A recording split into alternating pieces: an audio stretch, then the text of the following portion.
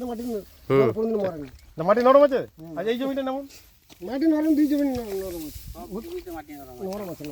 বললাম এই জমিটা মাটিটা একটু মোলায়েম হবে। নরম আছে। আচ্ছা কাঠি কেমন আছে? কাঠিটা একবার ঝাঁট দিন, নামান একবার হাত দিয়ে ছেড়ে দিন। এটা একবার নামান।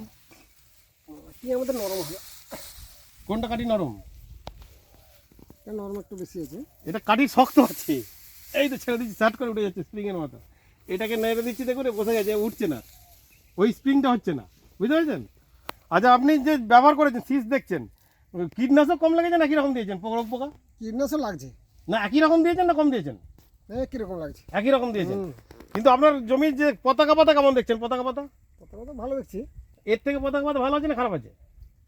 ভালো, প্রায় একটু ভালো আছে। কালারটা সুন্দর আছে ধানের, যেমন ধানটা যে ফলেছে একটা তো লাল হয়েছে, এটাও তো একটু করে লাল হয়েছে। হ্যাঁ, ও একটা দুটো বাদ দিন, আমি এটা বলছি। এটা আবার দুটো যে শীষের পার্থক্য দেখাচ্ছে, এই যে শীষের কাঠি, এইটা হচ্ছে জ্যাকপটের শীষ, এইটা।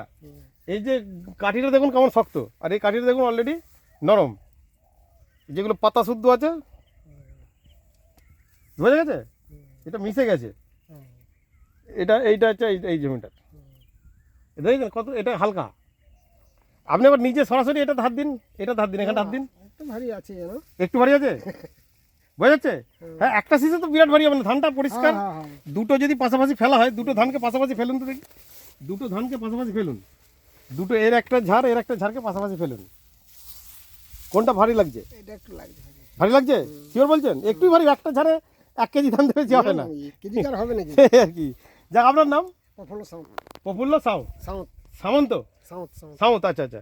তো প্রথমবার আপনি এবারে জ্যাকপট দিয়ে চাষ করলেন, আমাদের তরফ শুভেচ্ছা। ধান কাটার পর কেমন রেজাল্ট হচ্ছে আমাকে জানাবেন। আপনার বাড়ি নারায়ণগড় বেলদা, ঠিক? আর ওনার জমিটা দেখলেন, ওনার জমিটা ধান কেমন হয়েছে? ভালো হয়েছে জমিটা ধানটা, ওই যে বড়টা। এবং সব থেকে এই যে দেখুন শীষগুলো কিন্তু লম্বা আছে, আপনি বললে তো হয়তো বুঝতে পারছেন না, শীষ লম্বা আছে। এবং শীষের এই যে ধার কাঠি বাদ দিলাম, মাঝ কাঠিগুলো দেখুন যথেষ্ট ভালো, যথেষ্ট।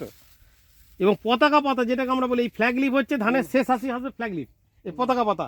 এই পতাকা পাতাগুলো দুর্দান্ত কালার আছে, দুর্দান্ত কালার আছে, দেখেছেন? এবং পতাকা পাতাগুলো এটা দেখুন কত নরম, হাত উল্টান দেখুন নরম। আর এর পতাকা পাতাগুলো দেখুন শক্ত ডাঁটো হয়ে আছে, একদম শক্ত আছে। যাক, ধন্যবাদ আপনাকে। প্রথমবার করছে, অতটা বুঝতে পারবেন না, তবে পরের বার রাসায়নিক সার এবং কীটনাশক দুটোই কমাবেন, নাহলে লাভ দেখতে পাবেন না। চাষে হচ্ছে বেশি দিলে বেশি ফলন না, সার না দিলে ধান তো হটেনি। প্রথমের দিকে হয়নি তো, আপনি পরের দিকে চলে আসতো, ওয়েট করতে হতো। জৈব সার হচ্ছে হোমিওপ্যাথি ওষুধের মতো, দিক করে প্রথমে কাজ করবে, বুঝে গেছে? এবার বর্ষায় কি করবেন? গোবিন্দভোগ, এই জমিটা কি করেন? লাল স্বর্ণ করেন। লাল স্বর্ণ যখন করবেন, আমার সঙ্গে আমার কথা অনুসারে এই জমিটা করবেন। ওইটাও তো লাল স্বর্ণ জাতেরই ধান, কিছুটা মোটা ধান। তো ওই ধানটা ফলেছে, দেখেছেন একবার? দুর্দান্ত ফলেছে। ওনার ওই দূরে জমি আছে কি রকম হয়েছে জিজ্ঞাসা করুন। দূরে কি জমি আছে? বাদাম না, এ ধানেই আছে, জ্যাকপট দিয়ে করছে। এরকম আর কি, এরকমই আছে। আচ্ছা আচ্ছা, অনেকটা দূরে যেতে হবে, তাই তো? ওই যে সামনে গেলে হবে, ওই বান্ধে গেলে হবে, সেখানে আছে। আর দরকার নেই, আপনি ধান কাটার পর আমাদের নারুগোপাল বাবুকে এবং আমাদেরকে জানাবেন যে কি রেজাল্ট হবে, ঠিক আছে? ধানের কালার, ধানের ওয়েট।